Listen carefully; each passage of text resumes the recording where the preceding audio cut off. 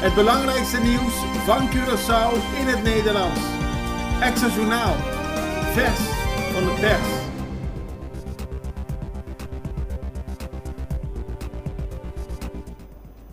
Welkom bij Extra Journaal. We zitten in een nieuw jasje, we hebben een nieuwe studio en we hebben veel nieuws voor u. We beginnen met de belangrijkste 7 nieuwsitems van Curaçao en de omringende eilanden. Daarna gaan we verder met wat duiding. Dat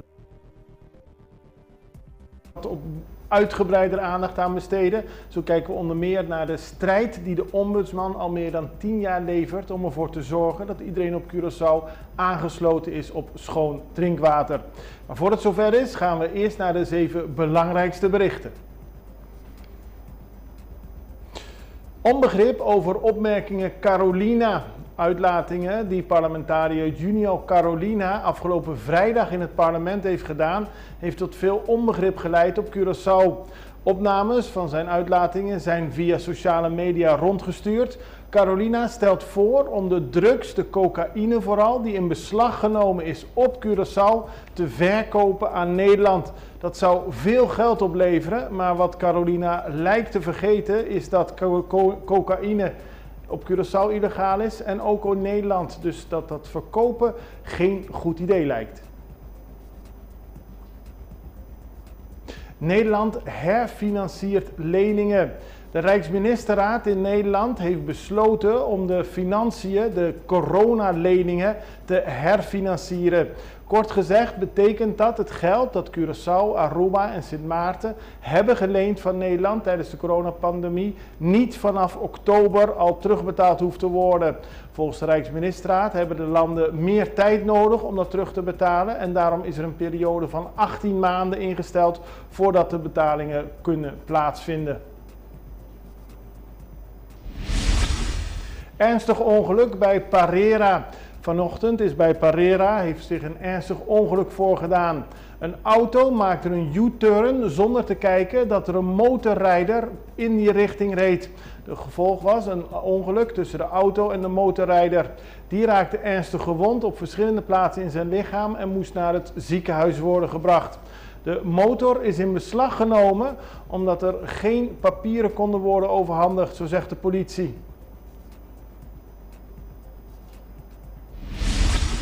Twee nieuwe ambulances dit jaar. Minister Silvania, de nieuwe minister van Volksgezondheid, is op bezoek gegaan bij de Fundación Cuido di Ambulance. En daar heeft hij aangekondigd dat er 2 nieuwe ambulances worden overhandigd, zijn besteld. In ieder geval dat de vereniging vanaf in dit jaar 2 nieuwe ambulances krijgt.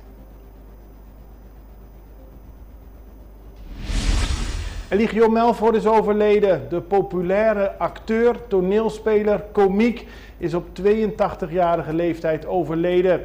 Melford is een van de bekendste komieken en acteurs van Curaçao. Hij was al enige tijd ziek en hij zal worden herdacht als iemand die veel heeft bijgedragen aan het theaterwereld op Curaçao.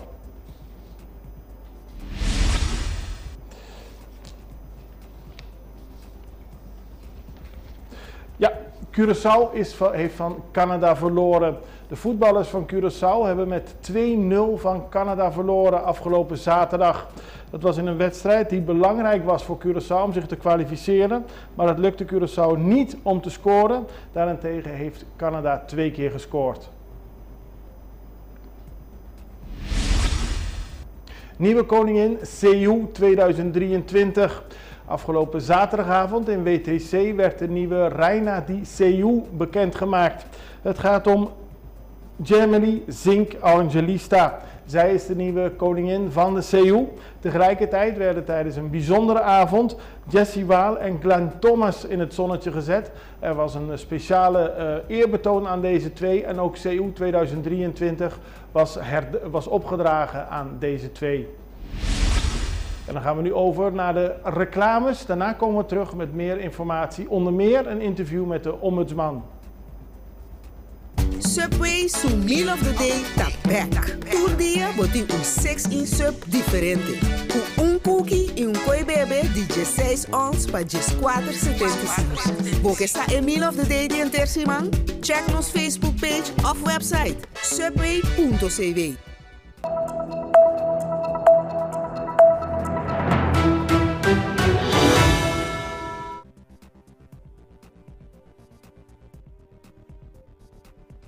Concession al lange tijd gestreden voor vrij drinkwater voor iedereen op Curaçao. Het is een strijd die nog steeds niet afgerond is, dat zegt Concession in een interview met de Extra.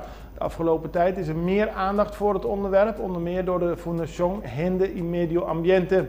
Toch zegt de ombudsman dat het nog een lange strijd zal blijven, maar de ombudsman gaat door. Ja, wij zijn al een jaar of 10 bezig met dit traject. Al heel lang. We hebben vorig jaar dan een ontwerp-landsverordening ingediend bij de minister van Sociale Ontwikkeling. En het doel daarvan is om ervoor zorg te dragen dat iedereen recht heeft op toegang tot schoon drinkwater. Dat geen luxe is, maar het is, je hebt het gewoon nodig om te kunnen overleven en om een kwalitatief goed leven te kunnen leiden ook. Al meer dan 10 jaar. Elke keer als ik nu in de map kijk van artikelen die erover verschenen zijn, wordt er altijd gezegd, er wordt aan gewerkt. Maar het gebrek aan concrete actie is hierin zichtbaar.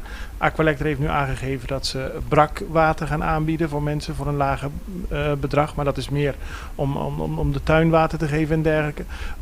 Die concrete actie, hoe kunnen we dat zoiets krijgen?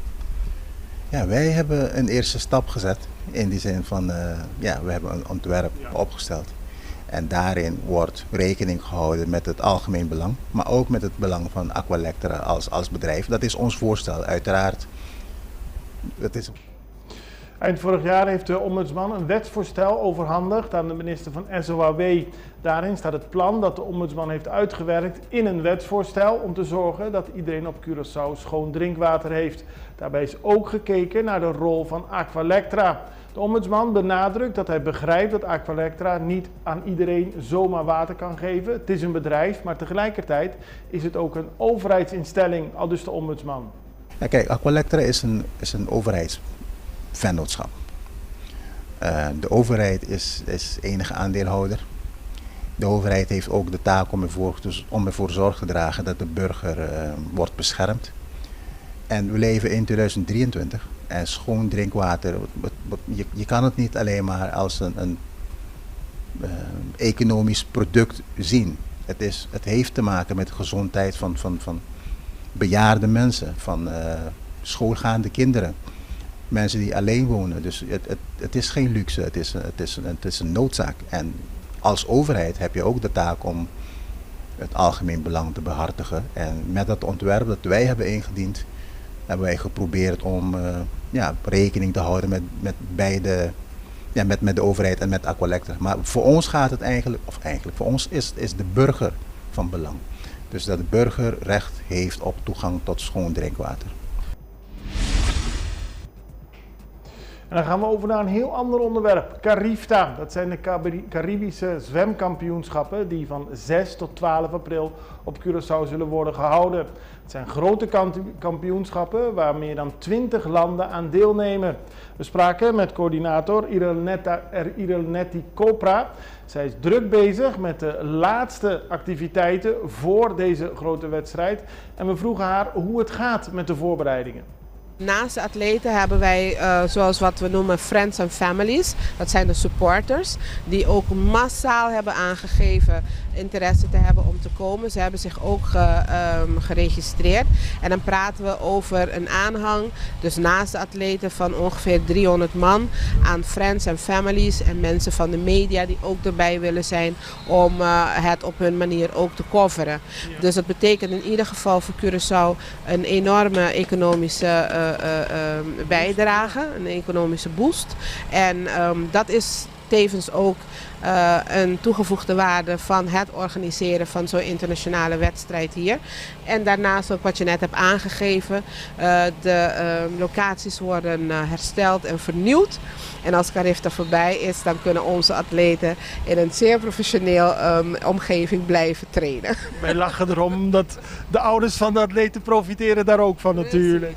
De ouders van de atleten zijn ook hartstikke blij, want die zien natuurlijk ook wat wij kunnen produceren, maar dat ook wat de toegevoegde waarde is. Het is goed voor Curaçao. Het is goed voor Curaçao, precies. En dat het goed is voor Curaçao is misschien wel het meest belangrijke aan deze hele organisatie van de Carifta. We wensen alle deelnemers heel veel succes. En dit was, dit was de uitzending van Extra Journaal van vandaag. We hopen dat u ervan heeft genoten. Morgen zijn we er weer op hetzelfde tijdstip en we zien u dan weer graag terug. Tot dan, fijne dag.